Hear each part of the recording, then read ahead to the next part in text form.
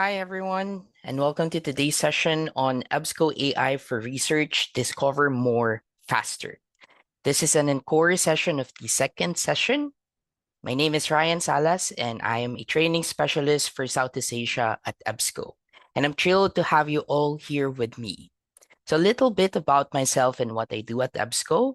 As mentioned, I'm a training specialist for Southeast Asia, and I provide training to EBSCO customers across Singapore, Malaysia, the Philippines, and Indonesia. Prior to joining EBSCO in 2022, I worked as an academic librarian in the Philippines. I'd also like to go over some webinar housekeeping before we start to ensure everything runs smoothly. First, as you may notice, the session is currently being recorded, and this will be made available on demand. If you have any questions, please feel free to use the chat box or the Q&A, and I'll be glad to stop and answer your questions. And finally, the recording and the slides will be sent to you via email after this session. For the competition details, if you want to enter the competition, you must watch the live session or recording until the end, attend at least one competition session in November, and sign up for our newsletter and complete and submit the quiz session within 1 week.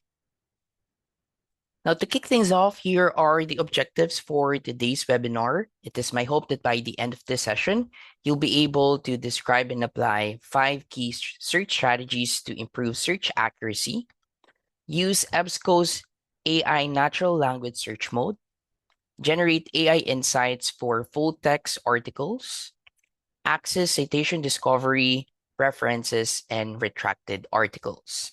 And finally, locate relevant help and support materials. This session also includes a hands-on component. Since this is a learning by doing session, you can use the link or you can scan the QR code to access the platform.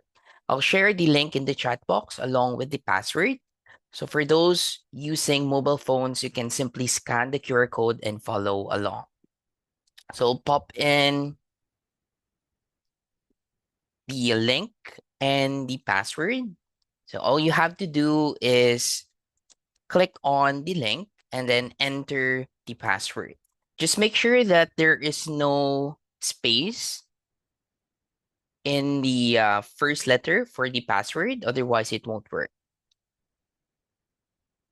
Okay, so to get the ball rolling, we'll start with EBSCO's top 5 searching strategies. The tips and tricks you'll learn today will help you get the most out of EBSCO, and we'll also cover practical techniques to help you search for and retrieve resources more efficiently across our platforms. And before we dive further into the topic, I'd like to share this useful handout, which will come in handy if you need a refresher on the tips and tricks discussed during the session. So my slides, again, will be shared with you after the session, so please feel free to review the handout at your convenience. And if you have your mobile phones with you, you can also scan the QR code to access the handout. So here is the handout. So you can download a copy, and it takes you to this page. So we have here the top 5 searching strategies. If you're interested in research and writing tips, you can also access this link. And this will take you to EBSCO Connect. So this is our help website. So we have the research and writing tips for students. Going back to my slides. So the first search strategy that I'll talk about is the Boolean operators. So these are simple words that can make your searches more effective. So the 3 main ones are and, or, and not. So first we have the and Boolean operator. So this is used to narrow your search, and it tells the database that you want results containing all the terms you specify. For example, if you search for social media and mental health, you'll only get results that include both words, which helps you focus on content that's specifically about social media, and mental health together. You can also use the OR boolean operator, and this is used to broaden your search. So it tells the database to include results that contain any of the terms. For example, if you search social media or mental health, you'll get results that mention either word. This is especially useful when there are multiple ways to describe the same concept. And finally, we have the not boolean operator. So this is used to exclude terms you don't want. For instance, you search social media, not mental health. The database will return results about social media, but not mental health. So this helps you filter out irrelevant content. And if we also review the results, you'll notice that the end Boolean operator gives you fewer results, while the OR Boolean operator gives you more results, and the not Boolean operator shows you results that mention social media only. Now let's talk about nested queries, which help you create more precise and more complex searches. So nested queries allow you to group related terms together using a parenthesis. Just like in math, it will tell the database which part of the search to process first. Think of it this way: parentheses help you organize your search logic. So without them, the database might interpret your terms in a different order than you intended. With parentheses, you're in control of how your search is structured. Essentially, information within the parentheses will be read first. So in this query, this processes the or terms inside each set of parentheses, grouping similar concepts together. Then it applies the AND Boolean operator between the groups to find articles that mention mental health. If I did not include my parentheses, like my first example, I've just got social media or social network and mental health. So the system is actually going to process social media and mental health first, and then social media. So nested queries are incredibly powerful when you're researching topics with multiple related keywords. They help you broaden certain parts of your search while narrowing others, all in a single query. Now let's take our nested searching a step further by adding two more powerful tools. You have the double quotation marks and then your truncation. So this helped you refine your search even more and work perfectly inside nested queries. So when you put a phrase in quotation marks like social media, you're telling the database to search for those words together in that exact order. So this prevents the database from returning results where social and media appears separately and aren't related. Next, we have the truncation. So truncation uses a symbol, usually an asterisk, to capture all word endings. For example, we have social network. We'll find social networks, social networking, and so on. So your results are a little higher because it's a little bit broader. So this is really helpful when you want to include variations of a word without typing each manually. Next, we have here for our second strategy, let's talk about truncation. So it's using asterisk. So you can use an asterisk to search for results containing various forms. So when you add an asterisk to the end of a word root, the database will search for all possible word endings. So this helps you capture different forms of the same word without having to type each variation. In this case, I am using environment. So this will retrieve environmental or environmentalism. So I'm also using social network here. So as shown earlier. So You can use this to search for social networks, social networking, or social networker. So truncation is especially useful when you're not sure which form of a word authors might use, or when you want to search broadly across related terms. So our next tip is the wildcard. So while truncation helps you find different word endings, the wildcard helps you find different spellings of a word within the word itself.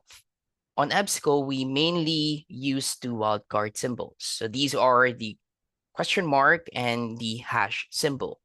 So the question mark replaces one character in a word. So this is useful when a word has multiple spelling variants. For example, if you search for woman, and as you can see, I've replaced the letter in between M and N with a question mark icon. So if I'm going to do this, this will retrieve both woman and women. Now the hash symbol works a little differently. It indicates that one character is optional. So this is particularly helpful for words that may or may not include an extra letter. Or if you're looking for English and British spellings variations, so the database will find both behavior and behavior. So the U is optional. So in this case, I'm using color.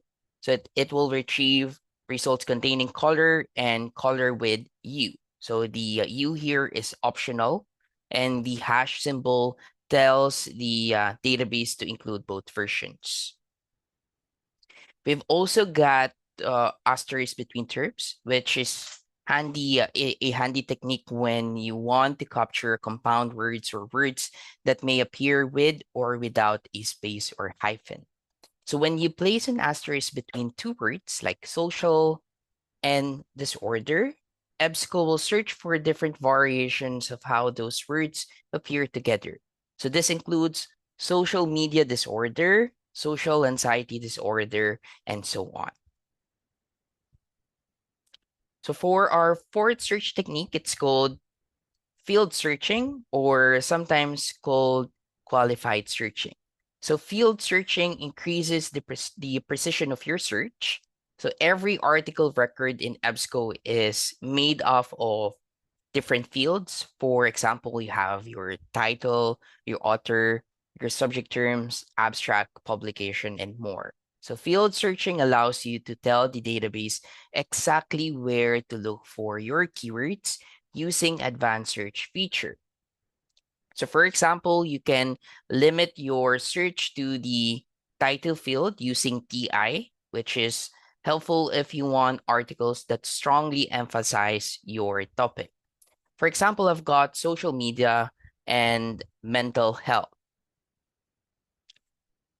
So if I run a couple of searches to show you I run a couple of searches beforehand just to show you the difference between them. So in the top search, I've used all fields and I have around 9,500 results. So that's quite a lot. In the second search, I've used the TI or the title field for the same search, and I have 338 results because it's only finding articles where social media and mental health are in the title field. Please bear in mind that different databases may have different fields, so I always recommend checking the drop-down menu to see which fields are available and how you can use them to create more specific searches. So we're down to our last tip, which is called proximity searching. So proximity searching is a technique that helps you find words that appear close to each other in the text. And this is useful when you want results where two or more concepts are related, but not necessarily right next to each other. On proximity searching is done using the N and W operators. So W stands for within and finds words within a certain number of words of each other in order you specify. While N stands for near, and finds words within a certain number of words of each other in any order. So I've got a couple of search examples to show you. So in this case, I've got social media within 3 words of mental health. And you can adjust the precision distance as well. I've used 3. You could use 5, 6, or even 10. So social media within 3 words of mental health retrieve 485 results. So social media and mental health must be in that order. The second example is entry. So social media, it is near words of 3 words of mental health, but can be in any order. So you'll notice I have a few more results than the within search. So that wraps up the top 5 search tips. Now let's shift gears and talk about EBSCO AI. EBSCO offers 2 AI tools. We have natural language search mode and AI insights. And before I dive into these tools, I'd like to remind everyone that responsible use of AI is everyone's responsibility. And to learn more about EBSCO's AI principles, you can visit our EBSCO AI website for additional information. I've also included some of the terms that will come across during the demo later. So this table provides a glossary of terms and can also serve as your cheat sheet. So the first AI tool that I'll cover is natural language search. So natural language search is a feature that lets you search using your everyday conversational language instead of complex keywords or Boolean operators. Essentially, a natural language search is like how you would search on Google. You can enter your query in the search box, run the search, and the results will be retrieved. It's especially helpful for researchers who want quick, precise results without needing to know advanced search techniques. And to better understand this feature, I'll jump over to the EBSCO host interface and search for this question: what is the impact of social media on the mental health of young adults? Again, to follow along, just click on the link that I shared in the chat box. I'll jump over to my browser now, and here is the landing page of EBSCOhost. There are 2 ways to enable natural language search. First, if your institution has set the default landing page to basic search, you can toggle the natural language search to on. Another place where you can turn on natural language search is in the advanced search. So to do this, just go to the advanced search page, navigate to search options, and select natural language search. Another thing to note as well is some institutions might call natural language search as natural search. So you can also select find all my search terms. You have find any of my search terms. But for the purpose of this demonstration, I'll be selecting natural language search. Now let's enter my question. What is the impact of social media on the mental health of young adults? I'm now going to click on the search button. I have already selected natural language search, so go ahead and click.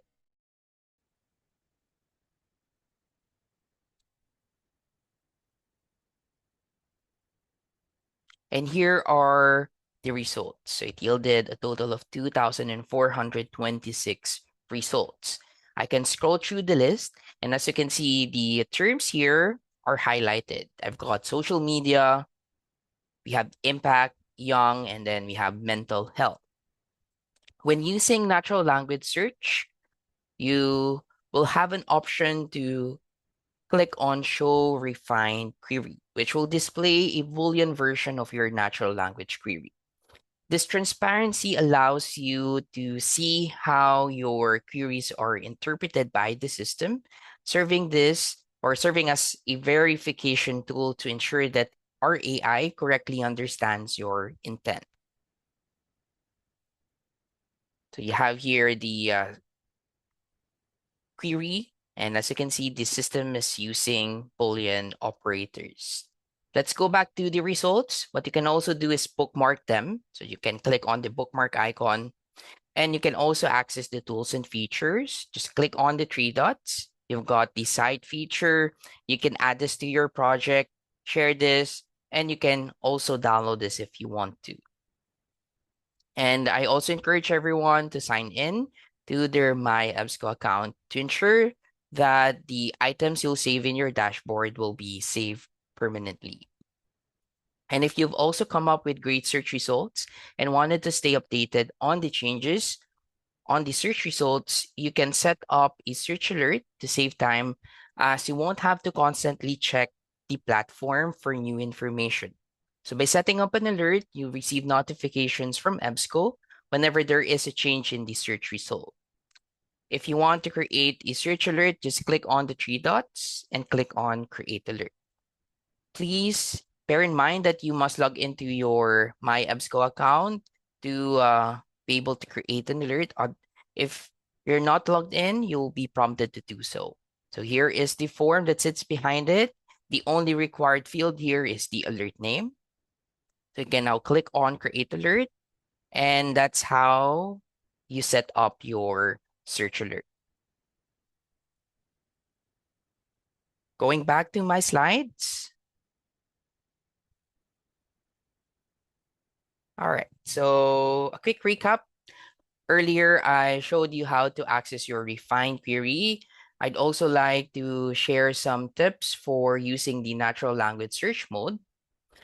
First, you can paste the query to rerun using either your proximity or find all my search terms. So you can copy this when you click on the refined query. So you can copy this and rerun this using the search field. Next, you can also use your search history to edit the search strategy. You can use your dashboard to do this. So you have here your recent activity, and you can rerun your search. So just click on the hyperlink. Third, you can also use your search history to export your search strategy to Word, Excel, or PDF. I'll show you how to export your search history. So you need to go to your recent activity. You can select multiple, you can also pick and choose. So I'll select the first search. You can download your search history, add this to your project, or you can also delete it if you want to. Fourth, you can save your search using your My EBSCO. And finally, you can create an alert on your search strategy to keep informed of additional records.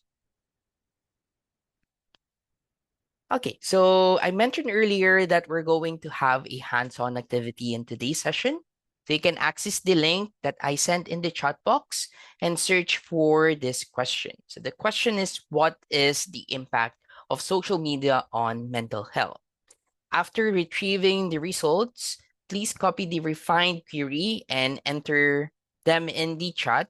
I'll give you 1.5 minutes to submit your answers. So I'm now going to start the timer.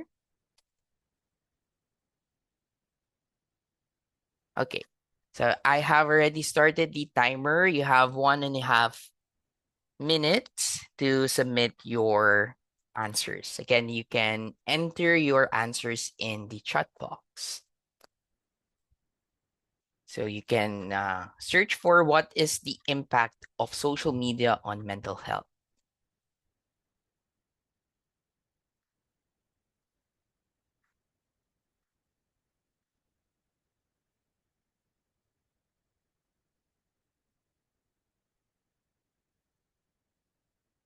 Again, all you have to do is copy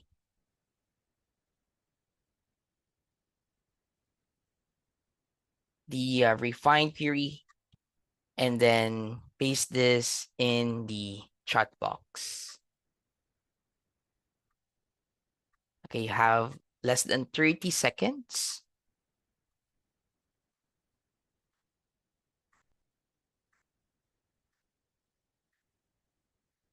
Great. So thank you. Yeah, I can see your answers now. Thank you so much. So I can see some variations as well. So that's normal, because that's the nature of AI.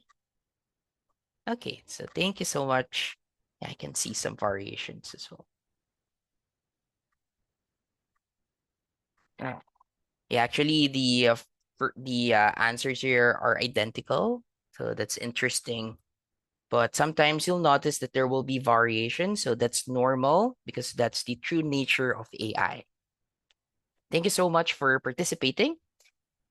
And I also wanted to talk about how natural language search can save you time. So, first, you can get your research started quickly. So, you just enter your question and then you'll get the results. You can also use natural language search to identify keywords and synonyms to help you build your search strategy. And you can also edit and improve the initial query using our AI tools or the EBSCO tools rather. And you can also save your search and create search alerts using your My EBSCO account. So our next AI tool is called AI Insights. So this AI tool helps you evaluate the relevance of your results. AI Insights reduce the time you spend on searching for relevant full text articles supporting your research.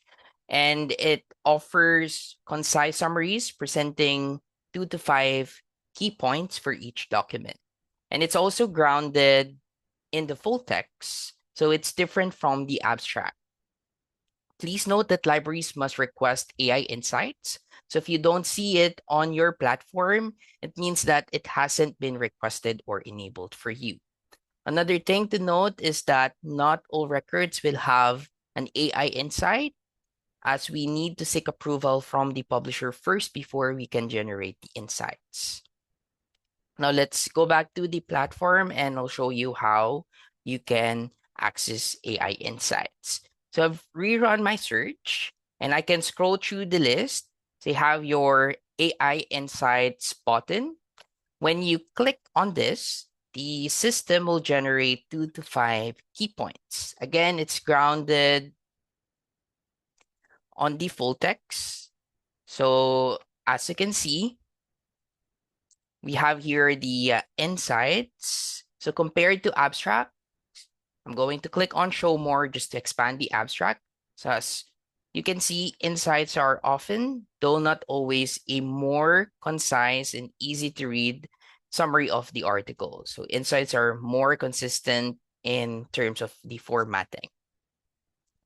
There is also an option here to say, did you find the insight helpful or not? So this is where our human in the loop team will review the accuracy. We'll also provide a little disclaimer to say that this is based on the content of the source document. So you might also find the insights will change over time, as that's the nature of artificial intelligence. Now, the question is, why use AI insights? So these are some of the advantages of using AI insights. First, it will help you evaluate the relevance of a document. It will also help you understand the context of a piece of research to your topic. And you can also preview the record before reading the full text. Now, for the tips for using AI insights, first, please ensure that you always cite the source. So if you want to grab the citation, just click on the 3 dots, click on cite, and you can click on the drop down. We support 9 different citation styles. The second one is acknowledging its role. So explain how the AI insights have helped you. And I also have here a small example. And the last thing to check is the accuracy. So AI insights are a type of a technology and they are not always perfect. So just make sure you compare with the full article to ensure the information is correct. So that's our AI insights. I hope you find those useful, including the natural language search. The next thing that I wanted to touch on are the common questions around AI. I'm not going to go through this with you now, but again, my slides will be shared with you after the session. Now, the last thing that I'll cover is EBSCO linked data. We're using EBSCO's scholarly graph, also referred to as ESG, and this is a type of knowledge graph that is a network of interlinked descriptions and entities that is focused on scholarly content that describe things like people, publications, institutions, and topics using linked data. So ESG has three components. First is citation discovery. So this one. And this feature is represented by the cited by button in the search results. You may have noticed it earlier when I was demonstrating the platform. So the cited by feature shows you all the articles that have cited a particular source. In other words, it helps you see how a piece of research has been used or referenced in other publications. And this feature is helpful for tracking the influence of a research paper, finding related research you might otherwise miss, or building your literature review by following how ideas have evolved over time.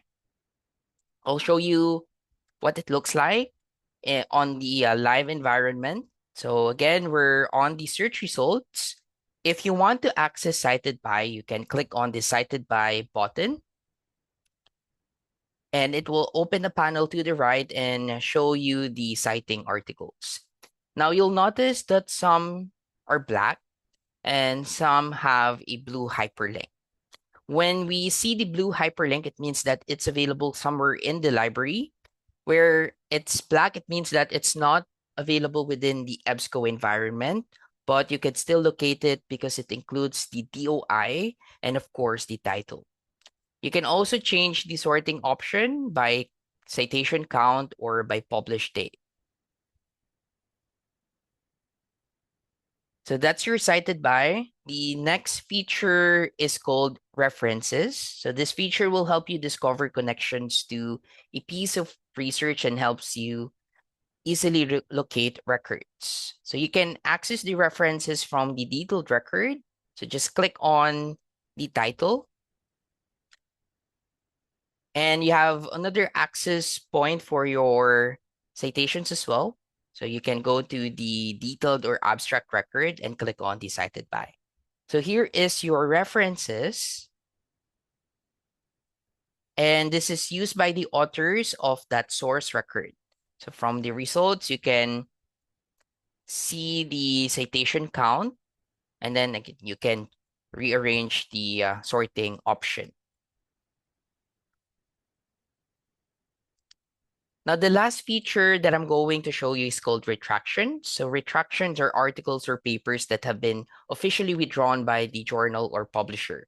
And this usually happens because of errors, ethical issues, or misconduct in the research. So retractions are important because they help maintain the accuracy and integrity of the scientific record. So if you come across a retracted article, it means that its findings should not be relied upon for research or citation. And EBSCO has recently added retraction indicators as visual markers that highlight whether an article has been retracted. So what you're going to see is there is in the title field, you'll see retracted article and you'll see a little flag saying this resource is retracted. So let's have a look at how to search for retracted articles. I'll go back to the platform. I'll click on new search first. So what I'll do here is I'll run a title search. I'll click on the drop down and select title. And I'm going to search for retracted. So click on the search button. So here are the results. What you can also do is you can add another keyword. So if you want to narrow your search, let's say to social media, I can add another keyword and click on search. So we have 30 results. If I click on the title, it takes me to the bibliographic record. And as you can see, this resource is retracted. And if you want to know more information about the retraction, you can click on the Learn More button and it takes you to our help website. So this is EBSCO Connect.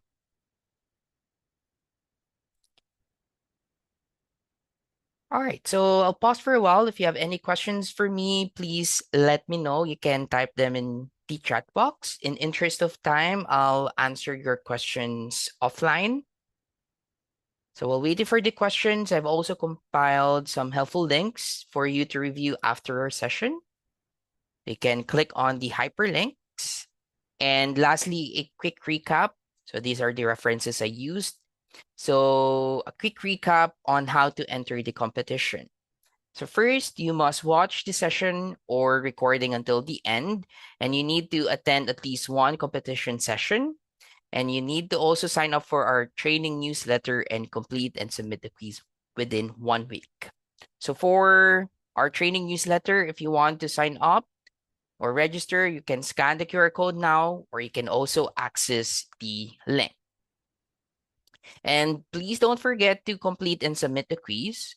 So you must submit the quiz by midnight the following Tuesday, which will be on the 2nd of December. You can also scan the QR code to access the quiz on your mobile device. Otherwise, you can access it through this link. And the exciting part, of course, is the prizes. So grand prize winner will receive 150 US dollars. That is equivalent in your local currency. And we have two grand prize winners, one in Southeast Asia and one in Oceania. And we also have two runner-up winners who will receive 50 US dollars. Again, the equivalent in your local currency. So one runner-up is in Southeast Asia and one runner-up is in Oceania. If you have time, I also want to know your thoughts about this session. So we try to run this competition series every 6 months. So let us know what you think. If you have any suggestions for future sessions, we do encourage you to put through our series survey and let us know your thoughts. So thank you, everyone, and have a great week ahead. So I'll send the recording and the slides with you after the session. Thank you and bye for now.